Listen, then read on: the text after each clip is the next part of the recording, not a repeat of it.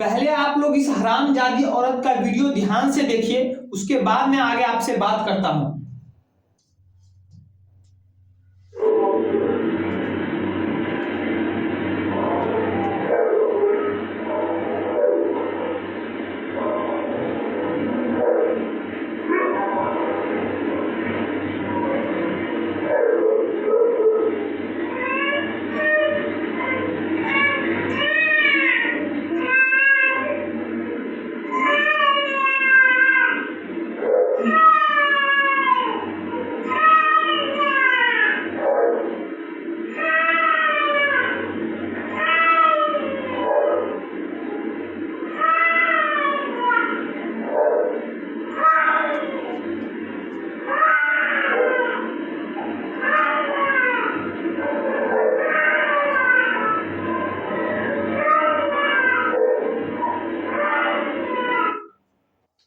आपने इस वीडियो को देखा, ये माधरचोद औरत मुझे गाली देना पड़ रहा है क्योंकि मैं इस बच्चे के दर्द को सुन के बर्दाश्त नहीं कर पा रहा हूं। आपने भी इस बच्चे का वीडियो का दर्द सुना होगा, इस बच्चे का दर्द सुना होगा, आपका रूह कांप गया होगा। इस वीडियो में देखिए, महिला रात के अंधेरे में, देखने से लग रहा है कि ठंड का मौसम है क्योंकि लोगों ने ठंड का कपड़ा पहना हुआ है। ये बच्चा 8 से 9 महीने का बच्चा इसके गोद में है।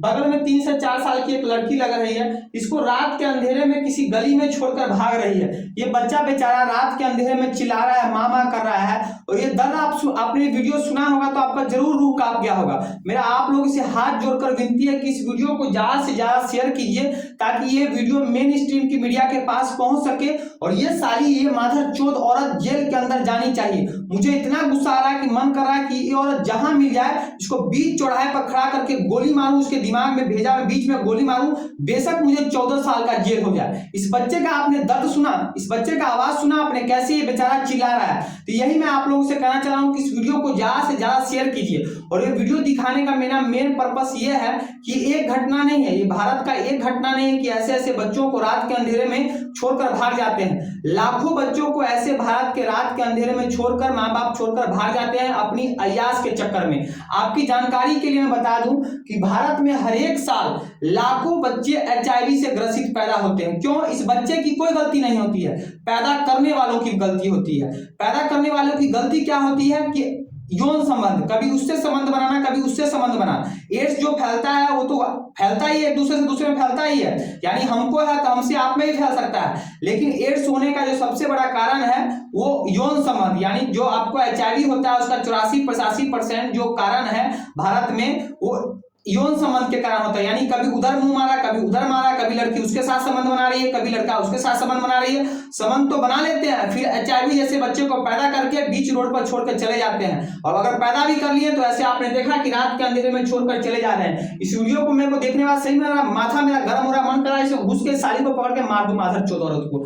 तो देखिए, जो ये जो खेला होता है विशेषकर भारत में जो विकसित राज्य हैं, जो अपने आप को विकसित राज्य कहते हैं, जहां के लोग 2-4 इंग्लिश बोल लेते हैं तो अपने आप को इतना सर्वश्रेष्ठ बताते हैं कि ऐसे लगता है कि भगवान के बाद दुनिया में उन्हीं का स्थान है। जैसे कि आप देखिए, महाराष्ट्र हो गया, कर्नाटक हो गया, आंध्र प्रदेश हो गया, तमिलनाडु हो गया, केरला हो गया, यहाँ पर HIV रेशियो सबसे ज्यादा है। सबसे ज्यादा आपको आंध्र प्रदेश में है। आंध्र प्रदेश में 5 लाख लोग HIV से ग्रसित है, HIV से ग्रसित। उसके बाद नॉर्थ ईस्ट राज्य में जैसे कि असम हो गया, अरुणाचल प्रदेश हो गया, नागालैंड हो गया, मणिपुर हो गया, मिजोरम हो गया, यहाँ भी HIV की संख्या, HIV से ग्रसित बच्चों की संख्या ज्यादा है। HIV से ग्रसित संख्या बच्चा ज्यादा यहाँ पर पैदा लेते हैं। तो इसका कारण क्या है? आखिरकार क्या कारण है कि south India, north east India में HIV से ग्रसित बच्चे पैदा होते हैं? उत्तर भारत में भी होते हैं, उत्तर प्रदेश, बिहार, झारखंड, लेकिन इनकी तुलना में बहुत ही कम होते हैं। ये आपने देखा कि ये साउथ इंडिया है चाहे नॉर्थ ईस्ट इंडिया है, यहाँ पर HIV से ग्रसित बच्चा पैदा होने का सबसे बड़ा कारण यह है कि अपनी भारतीय संस्कृति का धूमिल होना और पश्चिमी संस्कृति का हम पर हावी होना।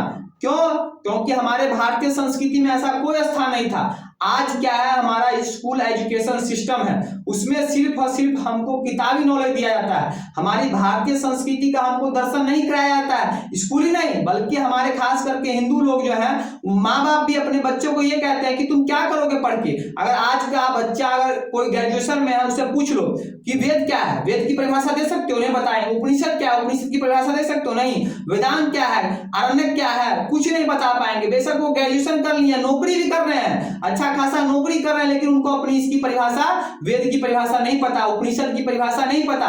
उसमें उस बच्चे का कोई गलती नहीं है। जैसा आप पेड़ बोओगे, जैसा उसका कटिंग कीजिएगा, वैसा ही पेड़ बड़ा होगा। तो बच्चे में तो हमारे स्कूल एजुकेशन सिस्टम भी वैसा है और घर के गार्जियन का भी वैसा दिक्कत है कि उसको पढ़ने नहीं दिया जाता है। अगर पढ़ने दिया जाता, अगर उसको भारतीय संस्कृति का नॉलेज दिया जाता बच्चे को, तो फिर ऐसा दृश्य हमको देखने को नहीं मिलता। यहाँ बच्चा जो छोड़ के, माँ छोड़ के जो भाग रही है, आप सभी को पता है, हमारे हिंदू धर्म में कहा जाता है कि बाप बेशक कसाई हो सकता है अपने बच्चे के लिए, लेकिन माँ अपने बच्चे के आंख में एक रत्ती ठोक आंसू नहीं देख सकती है।